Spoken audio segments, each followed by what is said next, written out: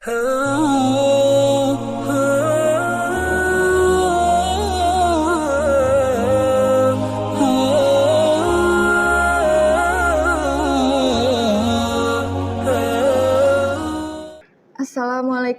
warahmatullahi wabarakatuh. Alhamdulillahirabbil alamin. Assalatu wassalamu ala asrofil anbiya'i wal mursalin wa ala alihi wa sahbihi ajmain, amma ba'du. Kaum muslimin dan muslimat semoga dimuliakan Allah. Bapak, Ibu, dan warga Muhammadiyah yang kami cintai, pada saat ini berjumpa kembali dalam program dakwah Burhani, gerakan menimba ilmu, perkaderan, dan membangun kehidupan berkemajuan.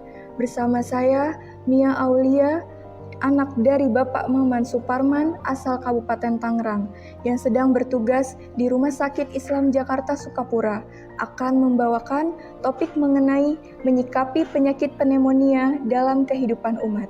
Bapak, Ibu, dan saudara yang kami hormati, pneumonia itu adalah suatu penyakit infeksi atau peradangan pada organ paru-paru yang disebabkan oleh bakteri, virus, jamur, ataupun parasit, di mana alveoli yang bertanggung jawab menyerap oksigen menjadi meradang dan terisi cairan.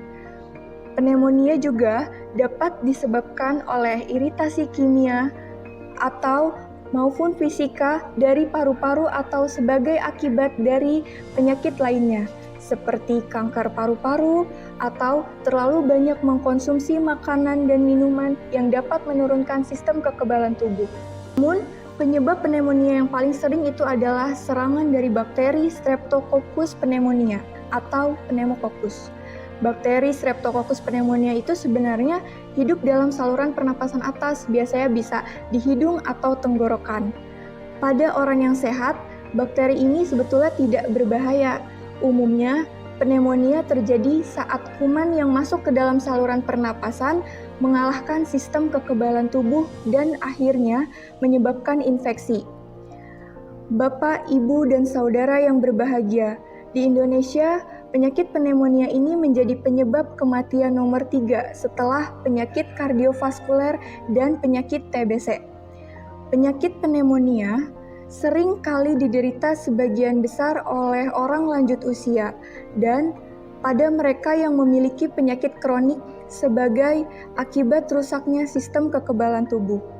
Akan tetapi, dapat juga menyerang pada orang berusia muda yang bertubuh sehat.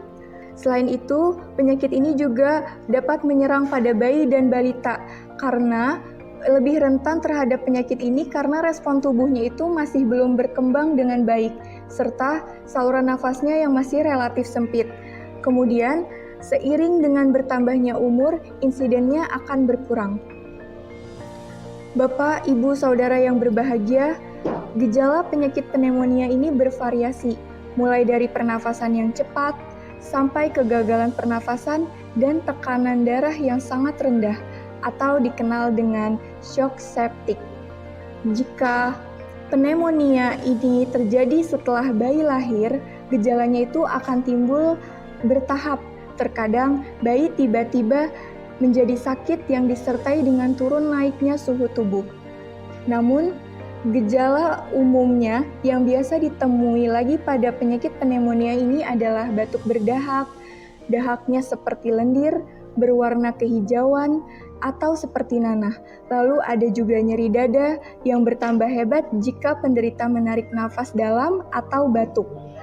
Lalu bisa juga disertai dengan adanya menggigil, demam, mudah terasa lelah, sesak napas, sakit kepala, nafsu makan berkurang, mual muntah, merasa tidak enak badan, dan sendi dan otot terasa kaku. Maka dari itu, untuk pencegahan pneumonia dapat dicegah dengan beberapa cara. Yang pertama, dapat menjalankan vaksinasi, lalu yang kedua, memperkuat daya tahan tubuh, misalnya dengan mencukupi asupan nutrisi, lalu yang ketiga, bisa dengan menjaga kebersihan diri, misalnya rajin mencuci tangan dan tidak menyentuh hidung atau mulut dengan tangan yang belum dicuci. Lalu yang keempat, tidak merokok, dan yang kelima, tidak mengkonsumsi makanan dan minuman yang dapat menurunkan sistem kekebalan tubuh. Lalu yang terakhir, menjaga jarak dengan orang yang sedang sakit, batuk, atau sakit pilek. Ingat pesan Allah Subhanahu wa Ta'ala bahwa di dunia ini kita akan diuji oleh berbagai musibah, salah satunya adalah penyakit. Berdasarkan dari Al-Quran Surat Al-Baqarah ayat 222 yang berbunyi, Innallaha yuhibbut tawwabina wa yuhibbul mutatahhirin, yang artinya, sungguh Allah menyukai orang yang tobat dan menyukai orang yang menyucikan diri. Berdasarkan surat tersebut ada 4 hal yang perlu diingat oleh umat manusia. Yang pertama, harus bersih dari segala kotoran. Yang kedua, harus suci dari segala hadas. Yang ketiga, harus steril dari segala penyakit infeksius. Dan yang keempat, harus taubat dari segala dosa. Demikianlah pembahasan kita mengenai menyikapi penyakit pneumonia dalam kehidupan umat, dalam tausiah dakwah burhani. Atas kurang lebihnya mohon maaf, semoga bermanfaat bagi kita semua. Nasrun minallah wa fatun qarib wa basyiril mu'minin. Wassalamualaikum warahmatullahi wabarakatuh. Pak, udah dulu Pak. Pak, boleh cut dulu nggak Pak?